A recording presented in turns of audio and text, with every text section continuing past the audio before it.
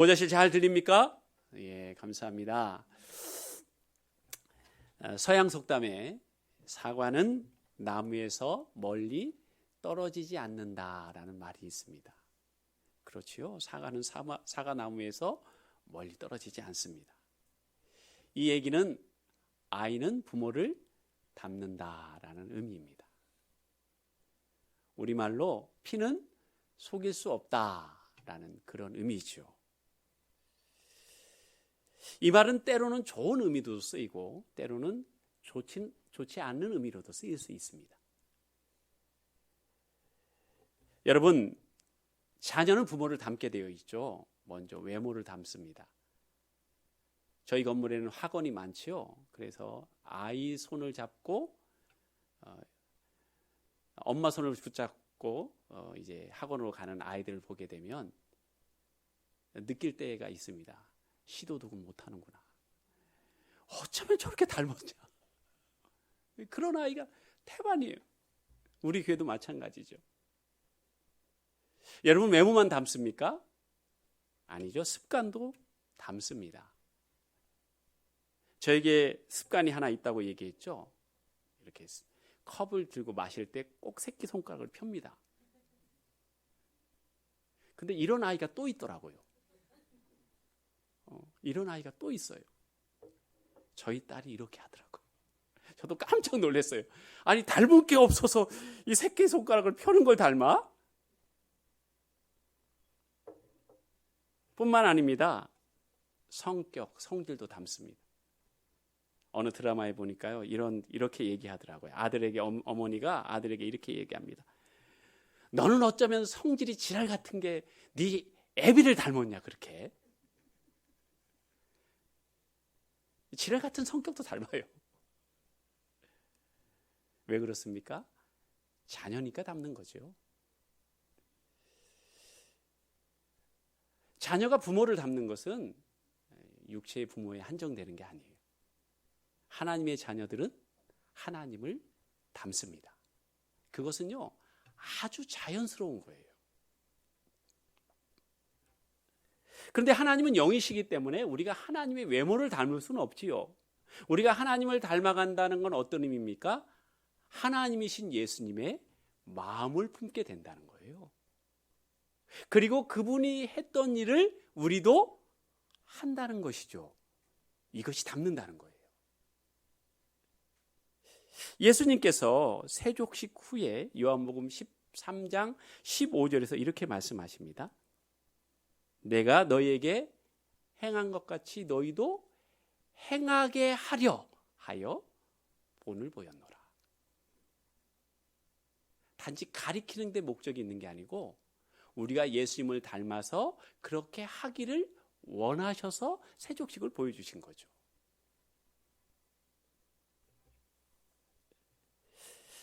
여러분, 우리가 주님의 마음을 담고 주님이 했던 행동을 그대로 배워서 하는 것을 우리는 거룩이라고 이야기합니다. 자, 레위기 11장 45절에 보면 나는 너희의 하나님이 되려고 너희를 애굽 땅에서 인도하여 낸 여호와라. 내가 거룩하니 너희도 거룩할지어다. 자녀가 아버지를 닮듯 하나님을 믿는 저와 여러분이 하나님을 닮아가는 것은 이상한 것이 아니라는 거예요. 즉, 우리가 거룩이라는 이야기를 하면 부담스럽고 이상하고 특별한 사람만 해야 될 것 같지만 그런 게 아니에요. 거룩은 아주 자연스러운 거예요. 여러분, 거룩이라는 것이 여러분에게 자연스럽게 다가가기를 주님의 이름으로 축복합니다. 나도 주님의 마음을 담고 싶어. 그 마음을 나도 품고 싶어. 주님이 했던 그 일들을, 행동들을 나도 하고 싶어. 이게 거룩이에요. 2020년 우리 교회 주제 표어가 뭡니까? 시작. 못 외우셨다는 얘기군요. 전부 눈이 저를 향하는 게 아니고 저기를 향하고 있어요. 말씀 품고 기도하여 열매 맺기. 이것은 요한복음 15장 7절을 줄여서 만든 표예요. 자, 요한복음 15장 7절 무엇이라고 얘기합니까? 너희가 내 안에 거하고 내 말이 너희 안에 거하면 무엇이든지 원하는 대로 구하라. 그리하면 이루리라. 그리고 15장 8절은 7절처럼 살으면 열매를 많이 맺는다는 말씀이 있어요. 그렇죠? 너희가 열매를 많이 맺으면, 이런 뜻은 뭡니까? 7절과 같이 살면 너희가 열매를 많이 맺어서 하나님께 영광이 되고 너희는 내 제자가 되는 거야. 이렇게 연결되는 거죠. 자, 너희가 내 안에 거하고 내 말이 너희 안에 거한다는 뜻이 뭡니까? 하나님의 말씀이 내 안에 거한다는 게 뭡니까? 그 말씀을 내가 지킨다는 의미예요. 뿐만 아닙니다. 여러분, 우리가 말씀을 품고 지키는 목적이 뭡니까? 예수님을 닮기 위한 목적이 있는 거예요. 즉 무슨 말이냐? 너희가 내 안에 거하고 내 말이 너희 안에 거한다는 게 무슨 뜻인지 모르겠어요, 너무 막연해요 라고 생각하시는 분들은 이렇게 해석하면 맞습니다. 거룩이 내 삶의 목적입니다, 이 얘기예요. 내가 주님의 말씀을 품어서 그 말씀대로 살아가고 내가 하나님을 닮아 나도 거룩해지는 것이 내 삶의 목적입니다, 이 의미예요. 아, 그렇구나. 내 삶의 거룩이 목적이라는 말이구나, 이 의미가. 그래서 말씀을 품는다는 건 뭐냐? 주님, 제가 이제껏 살면서 많은 목적들이 있었는데 우리 하나님을 닮아 거룩해지는 것이 내 삶의 목적입니다. 이것을 내 삶의 목적으로 삼겠습니다 라고 하는 것이 말씀을 품는 거예요. 이제 의미를 아시겠죠? 여러분이 저기 있는 말씀을 품고를 생각할 때마다 주님, 저의 삶의 목적은 거룩입니다. 자, 그러면 열매를 많이 맺습니다. 열매를 많이 맺어요. 어떤 열매들입니까? 성령의 9가지 열매죠. 근데 이 9가지 열매는 단수라고 그랬죠? 한 가지 열매예요. 자, 사랑. 고린도전서 13장에 나오는 사랑. 여러분이 그 마음을 갖고 있다면 여러분 행복할까요? 행복하지 않을까요? 대답 나올 때까지 물어보려고 그래요, 지금. 여러분이 고린도전서 13장의 사랑이라는 그 마음을 여러분이 소유하고 있다면 여러분은 행복할까요? 행복하지 않을까요? 당연히 행복하죠. 당연히 행복하죠. 이 세상에서 나보다 행복한 사람이 있으면 나와보라 그래, 이렇게 외칠 수 있어요. 제가 장담하건대. 그 얘기는 무슨 말입니까? 내 삶의 목적이 거룩이 되면 행복은 따라온다는 얘기예요. 여러분 이해되세요?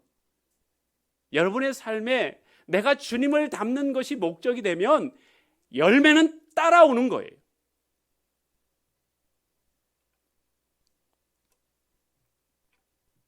자, 그럼 이런 의미를 들죠. 그럼 목사님, 대체 거룩하려면 어디까지 지켜야 됩니까?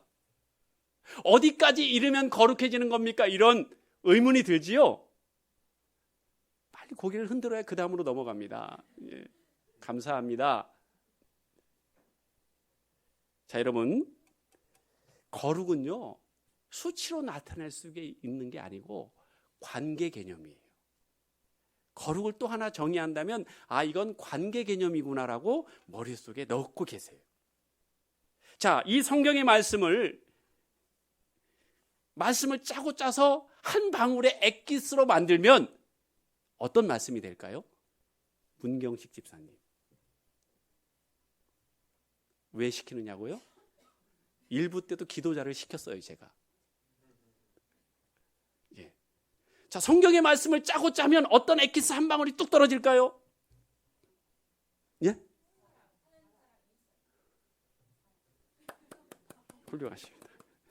하나님 사랑, 형제 사랑이에요. 자, 여러분, 그런데 이 형제 사랑은 하나님 사랑의 결과물이에요. 성경에 그러죠. 동전의 앞면은 하나님 사랑, 동전의 뒷면은 형제 사랑. 그 얘기는 무슨 말입니까? 똑같다는 얘기예요. 하나님 사랑이 이루어지면 형제 사랑은 그냥 따라오는 거예요. 목사님 저는 하나님은 사랑하는데 형제 사랑이 잘 안 돼요. 그 얘기는 무슨 말일까요? 하나님 사랑을 안 한다는 얘기예요. 거짓말이에요. 제 얘기가 아니고 하나님 얘기예요. 하나님을 사랑하면 자연적으로 형제를 사랑하게 돼 있어요.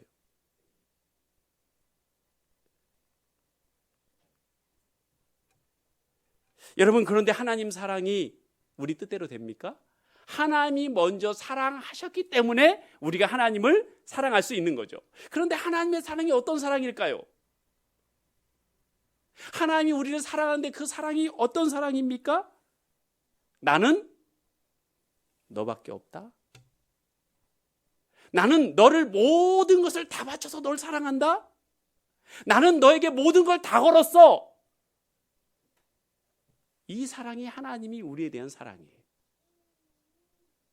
그분의 가장 소중한 독생자 예수 그리스도를 우리에게 주셨죠.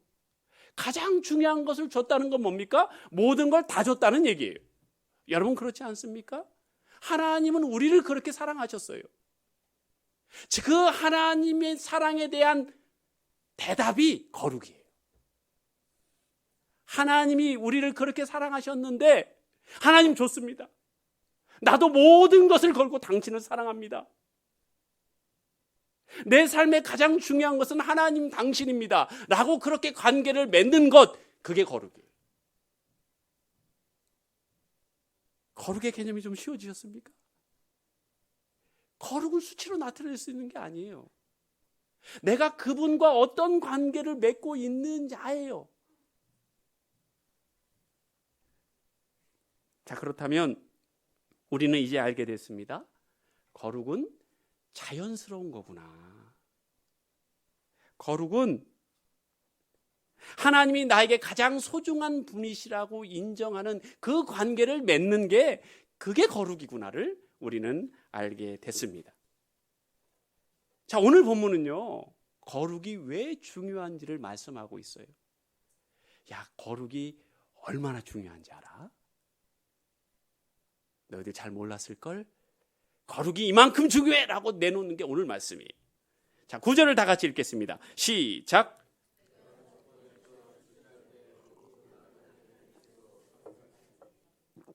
자, 네가 적군을 치러 출진할 때에, 여러분 적군을 칠 때 출진한다는 건 뭡니까? 이제 전쟁 상황, 전시 상황이어서 이제 적을 앞에 두고 천막을 치고 이제 전쟁 준비를 한다는 거예요.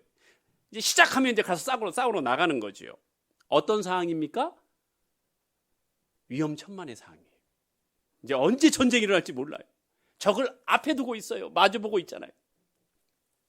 자, 그러면 이 전쟁에서 이겨야 되잖아요. 그럼 뭘 해야 됩니까? 여러분이면 무엇을 하실래요? 이 전쟁에 승리하기 위해서 대체 뭘 준비하면 될까요? 돌을 날리는 투석기가 제대로 준비되어 있는지, 내가 적을 향하여 쏠 화살이 제대로 준비되어 있는지, 나의 군사들이 전술을 제대로 이해하고 있는지, 여러분 그런 거 점검해야 될 거 아니에요. 그래야 전쟁에서 이기죠. 그런데요, 하나님은 그렇게 얘기하지 않으세요. 너희가 앞에 두고 있는 수많은 전쟁을 이길 수 있는 방법은 딱 하나야. 너희가 준비할 건 딱 하나야. 우리 하나님은 좋으신 분이세요. 우리 2개 하면 못할 줄 어떻게 아시고 딱 하나만 요구하세요. 여러분 그것이 무엇입니까? 네가 적군을 치러 출진할 때에 모든 악한 일을 스스로 삼갈지니. 네 안에, 내 진에 혹시 죄가 없는지 그것을 잘 살피라는 거예요. 우리가 겪는 수많은 전쟁, 영적 전쟁에서 우리가 승리할 수 있는 방법은 딱 하나예요. 내 학력을 높이고 무기를 잘 다듬고 이것이 아니에요, 여러분. 내가 하나님 앞에 거룩히 서 있습니까? 거룩이 나의 목적입니까? 내가 주님의 마음을 품으려고 하고 있습니까? 주님을 닮아 똑같이 살아가려고 하고 있습니까? 그걸 점검하라는 거예요. 그걸 점검하라는 거예요.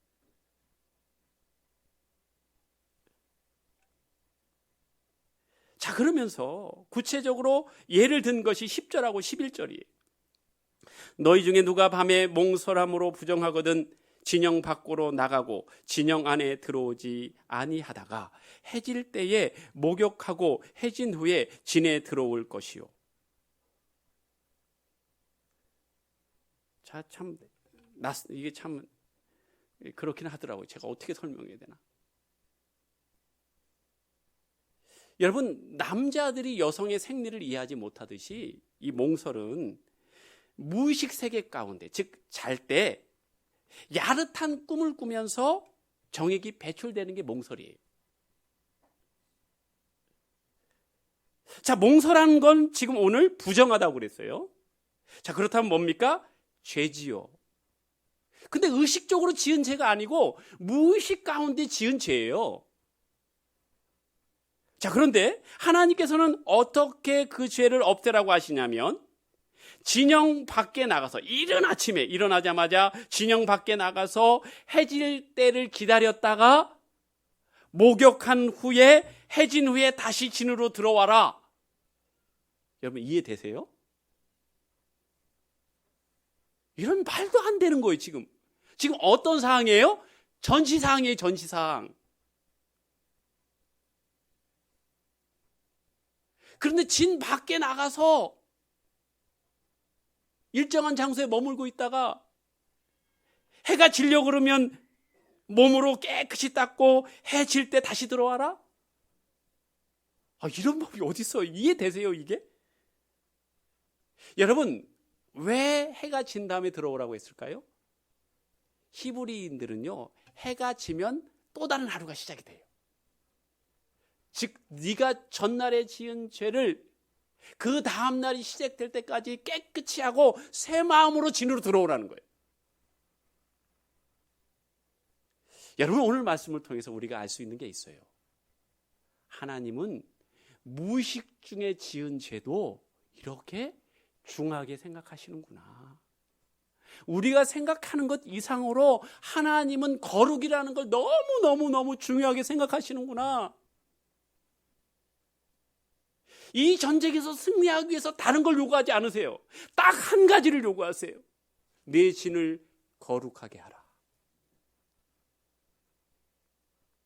여러분, 우리 가정이요, 행복한 가정이 되기 위해서 한 가지만 하면 돼요. 그게 뭡니까? 우리의 가정을 거룩하게 하면 돼요. 특별히 누가요? 가장. 믿음의 세대주가. 내가 하나님 앞에 거룩하게 서면요, 그 거룩함을 통하여 우리 가정이 행복하게 된다는 거예요. 이게 하나님의 말씀이에요. 그렇기 때문에 무의식 중에 저지른 것도 소홀히 넘어가서는 안 된다는 거예요.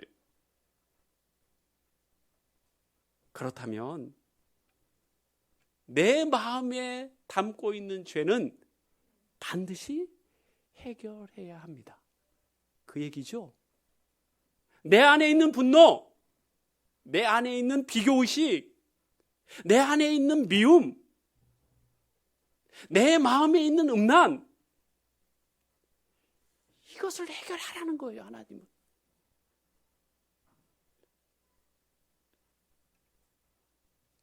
우리는 어느새 죄를 별거 아닌 것처럼 취급하는 시대에 살고 있습니다.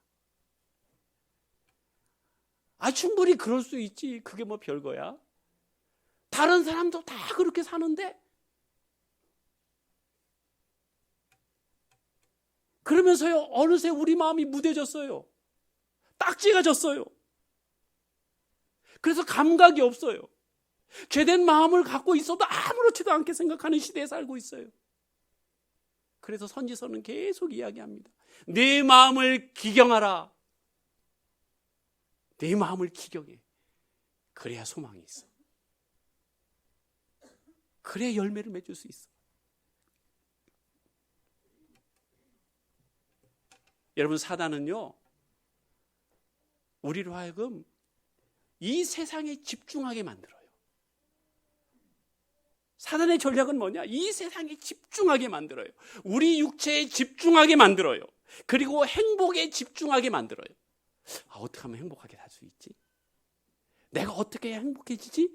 이거에 온통 머리를 쓰게 만들어요. 내가 뭘 가져야 행복하지? 내가 뭘 이뤄야 행복하지? 우리 자녀가 어떻게 돼야 행복하지? 온통 행복이에요, 행복. 그러나 그것은 여러분을 멸망의 길로 몰고 가는 사단의 작전이에요. 창세기 3장 5절에서 6절. 너희가 그것을 먹는 날에는 너희 눈이 밝아져 하나님같이 되어 선악을 알 줄 하나님이 아심이라. 사탄이요 아담과 하와를 유혹합니다. 야, 선악과를 따먹어. 선악과를 따먹으면 너 하나님같이 된다? 여기서 하나님같이 된다는 건 뭐예요? 하나님처럼 거룩하게 된다는 그런 의미가 아니에요. 네 인생의 주인인 하나님을 몰아내고 네가 하나님 없이 네 주인이 돼서 살면 너는 행복해질 수 있다, 이 얘기예요. 근데 그 얘기 듣고 하와가 진짜처럼 믿어졌어요. 아, 그렇구나. 나 행복해질 수 있구나. 그 생각을 품고 6절처럼 그 나무를 보니까 먹음직해요. 보암직해요. 지혜롭게 할 만큼 탐스러워요. 무슨 얘기입니까? 아, 저거 먹으면 나 행복해질 것 같아. 저거 내가 가지면 나 행복해질 수 있을 것 같아. 내가 저거 가지고 있으면 지혜롭게 할 만큼 너무너무 탐스러워. 행복해질 수 있겠다. 그래서 선악과를 먹은 거예요.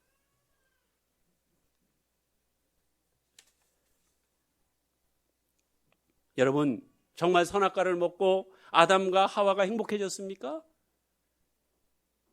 아니요. 하나님 관계가 깨져버렸어요. 그리고 하나님이 나타나시자 너무너무 부끄러워서 나무 뒤에 숨어버렸어요. 비참한 인생으로 변했다는 거예요. 여러분, 그렇습니다. 우리가 행복을 목표로 살아가면 하나님 관계가 깨질 뿐만 아니라 행복을 소유할 수 없어요. 여러분이 지금껏 계속 행복을 목표로 살아왔잖아요. 그런데 행복하시던가요?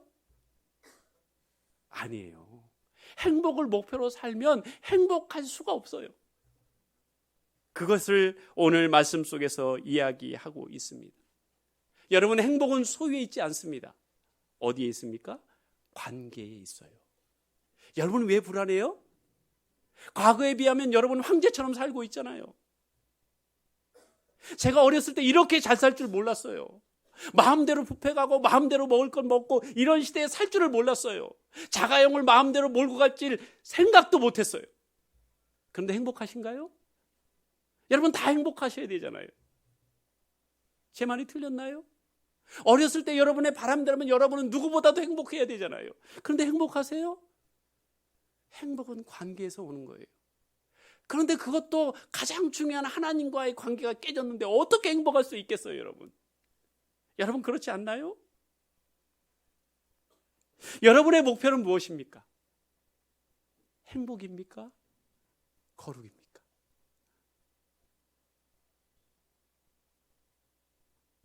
오늘 말씀은 그걸 이야기하고 있는 거예요. 말씀을 품는다는 건 뭐라고요? 그가 내 안에, 내가 그 안에, 그 말씀 안에 거한다는 게 뭐라고요? 내가 하나님을 닮고 싶은 거룩을 인생의 목적으로 삼는 거예요. 자, 이렇게 거룩을 인생의 목적으로 삼는 데 있어서 특히 주의해야 될 게 뭐냐? 그게 12절과 13절이에요. 현대인들이 사는 데 있어서 정말 주의해야 될 게 뭐냐? 하나님 앞에 거룩한 인생을 살기 위해서 정말 주의해야 될 게 12절과 13절입니다. 다 같이 읽겠습니다. 시작.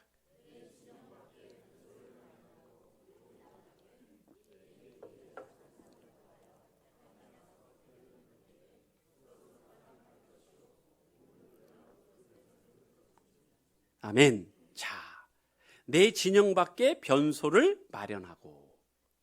저는 이것부터 이해가 안 돼요. 여러분, 진을 폈다는 건 뭡니까? 먹고 잘 수 있는 텐트를 쳤다는 얘기예요. 수십만 명이 거할 수 있는 텐트를 여기저기 다 쳤다고 생각을 해보세요. 그 범위가 얼마나 넓겠어요? 그렇죠? 수십만 명이 거한다고 생각을 해보세요.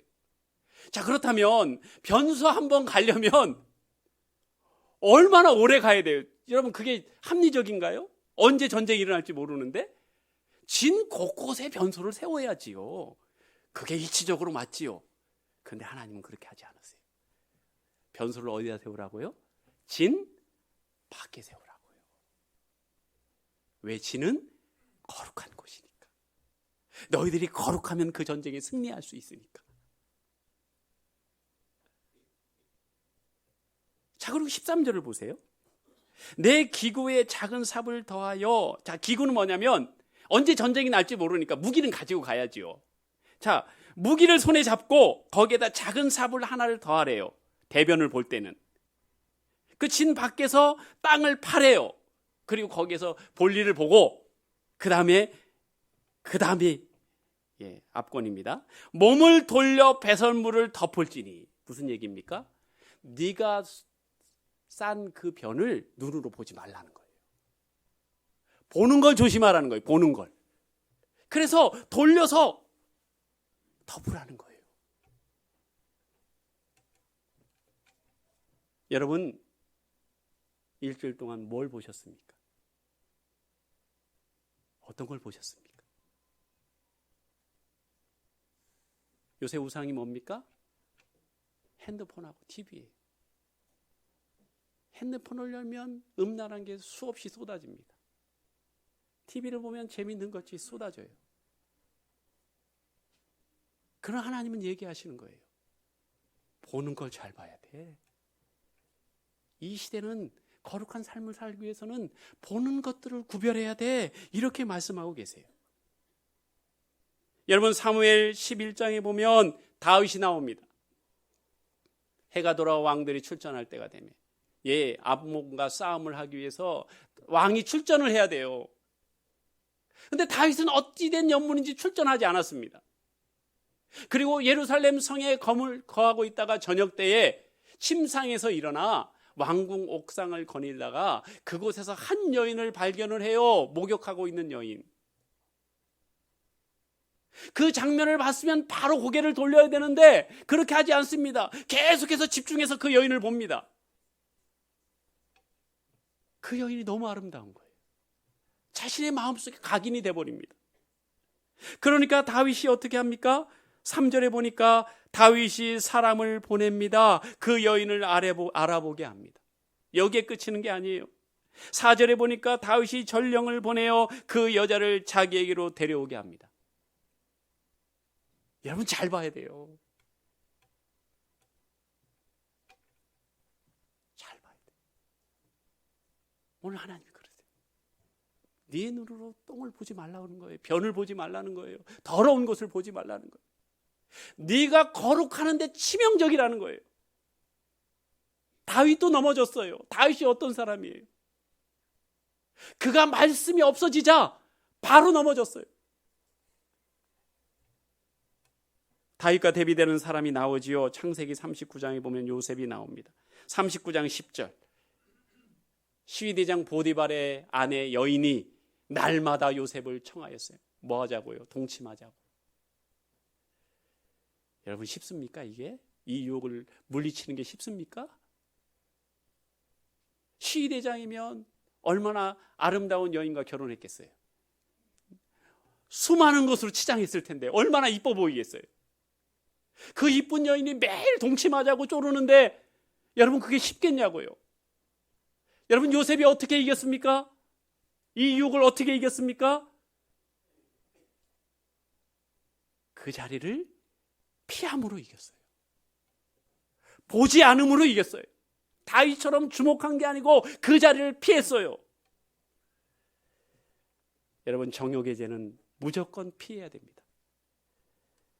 나는 여기까지만 침범하고 난 그 다음 지킬 수 있어? 아니요. 나는 거기 가서 절제하면 돼. 다른 사람들 다 나쁜 짓 해도 나는 안 하면 돼. 나는 의지가 강해서 이길 수 있어.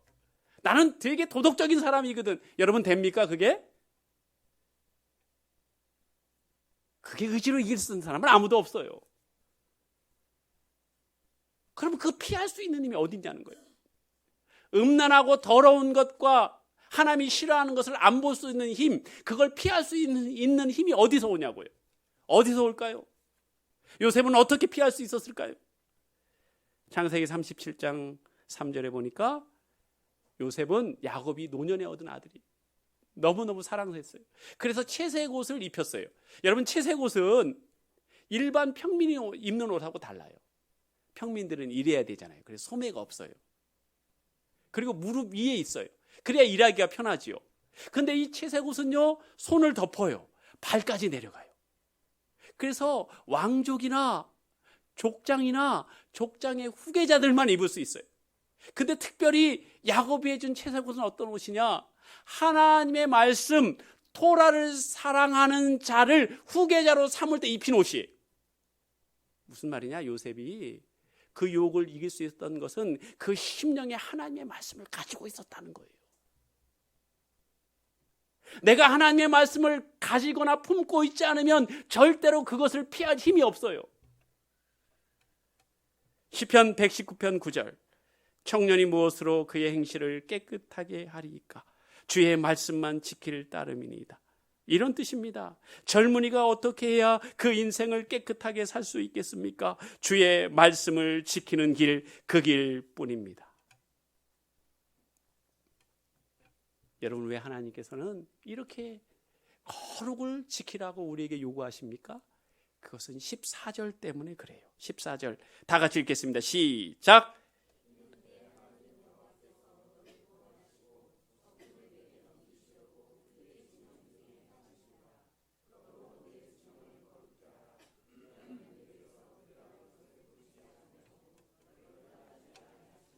아멘. 여러분, 전쟁의 승패는 어디에 있습니까?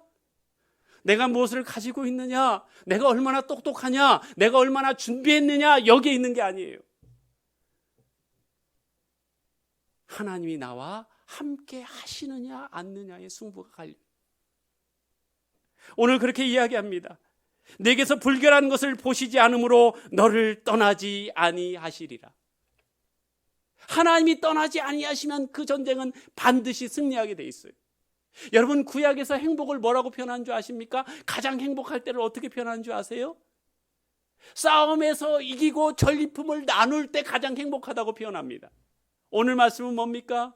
내 진을 거룩하게 하면 그 전쟁을 반드시 이길 것이고 전리품을 나누는 행복을 네가 반드시 얻을 것이라고 말씀하고 있는 거예요. 여러분, 행복하십니까? 진짜 행복하십니까?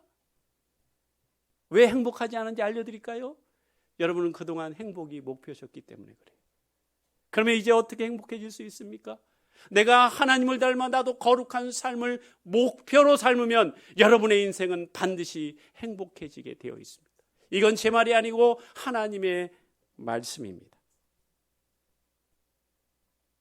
여러분, 그렇습니다. 거룩은 이상한 것이 아닙니다. 어려운 것이 아닙니다.